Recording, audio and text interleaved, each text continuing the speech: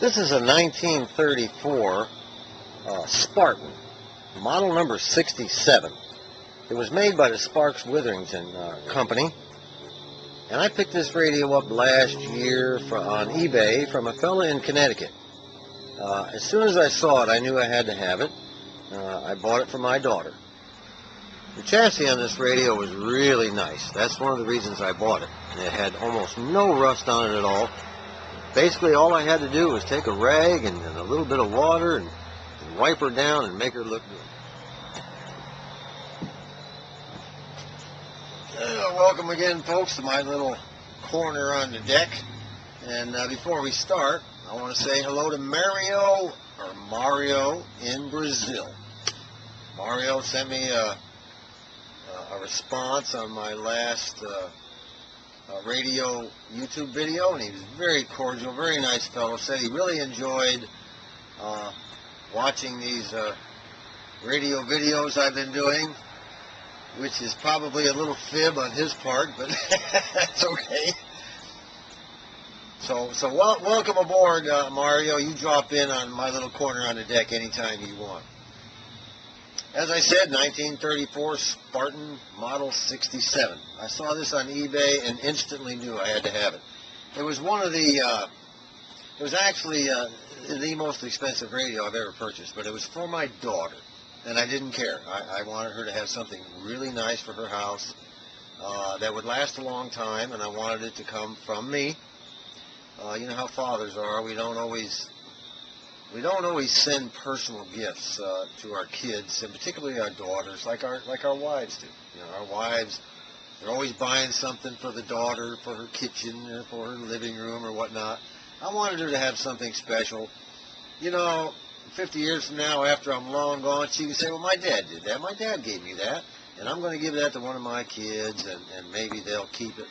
Maybe it'll wind up in some flea market. I don't know, you know. You go to these flea markets, you see old family photos going back to the 1800s, that, you know, and you ask yourself, how on earth did these beautiful pictures wind up in a flea market for sale at $1 a piece? But that's not what we're here to talk about today. We're here to talk about this radio. It's a 6-tube radio. Interesting thing about Spartans, they, the older models in the early 30s, the capacitors were covered with a black tar-like substance that hardens up, and it's encased in this stuff. And then they put red ink on the outside, telling you what value the capacitors were. Well, unfortunately, that black stuff hardened up, flaked off, and you couldn't read, or shriveled up, wrinkled up to where you could not read the value of the capacitors.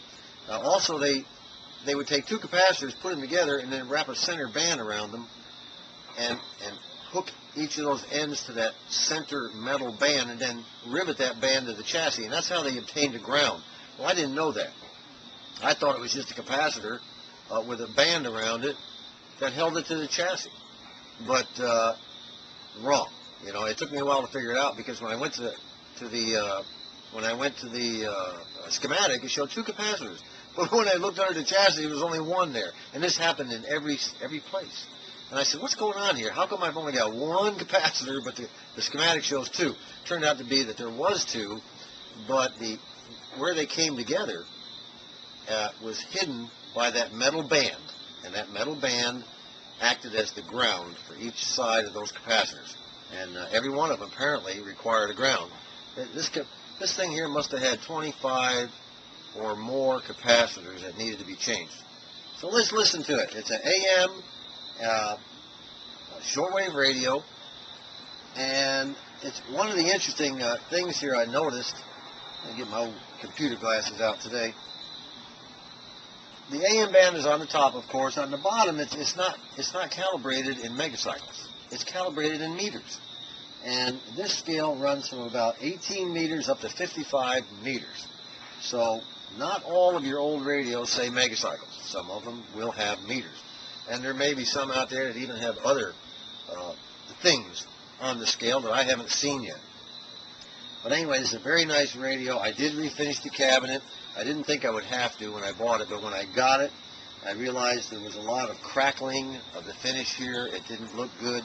So I went ahead and refinished the entire cabinet, stripped it down, restained it, toned it, and then put some lacquer, clear lacquer over the top. I did not go crazy with the lacquer.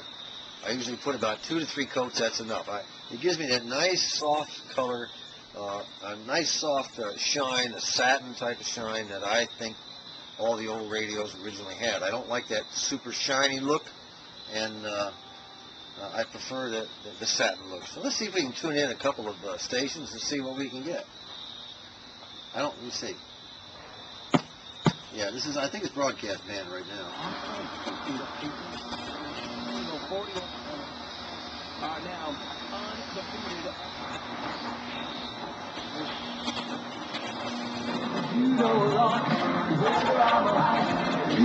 All right, that's a little better. Ground wire. For those of you who've never messed with these old radios very much, they do have a ground wire in the back, and if you don't hook up that ground wire, the radio just doesn't work right. So you have to have the ground wire hooked up. When you do that, you get much better reception.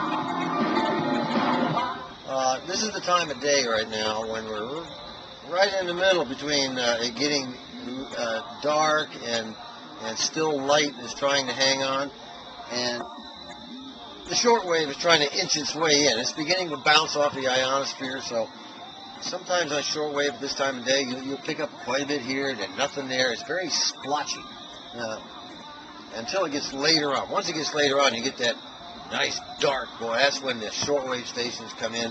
They come in from everywhere. I love to tune in WSM out of Nashville. Man, that's like my all-time favorite AM station. So let's see what else we can come up with here. As I said, there's a lot of religion and sports on AM where I live.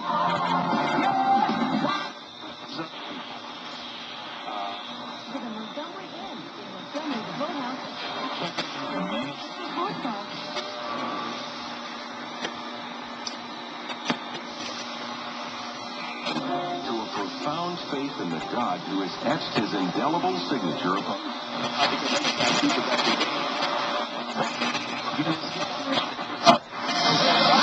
Now, Video Professor can help you. We want you to succeed. Call 1-800-795-8126. 1-800-79. I put different tone capacitors in here. I didn't. It was a terrible sounding tone on it. So I went ahead and changed that. That is a change I took the liberty of making. I changed the tone caps, which give me a better sound. There's no bass on these old radios. It's actually treble. But it sounds like bass to your ears. Swine flu vaccines available, and that the state continues to request the maximum number of doses it can each week. At mass flu clinics planned for October 29th through 31st, seasonal flu shots will be available to everyone. Right, let's see what we can get on shortwave, see if we can get anything. It's going to be from 9. Hope we can get something.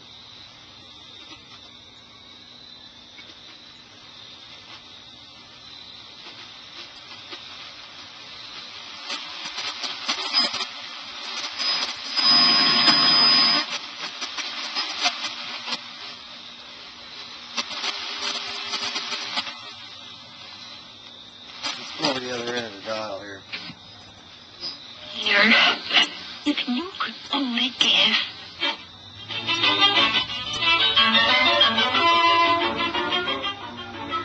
Almost sounds like an old radio station, or an old radio show from back in the 40s. Until there were only 7 days left before the town meeting when the money must be claimed. Then one evening, old Mr. Richards went home from his work at the bank and found his wife lying on the bed, crying. I guess it is. Look at there. I have the only radio in town that picks up the old radio station. It's still hanging around in the air. Yeah, right. Eddie, what is it? I wanted you to see these. My daughter bought these for me a couple days ago for my birthday. They're to put on top of the radios. She knows I've got some, and she has some. And therefore, knowing you as a citizen of honest, I thank you for stopping in to see me one more time. The door is always open. The radios are always here. Make a comment now and then. Let us know you're out there. Thanks for stopping by.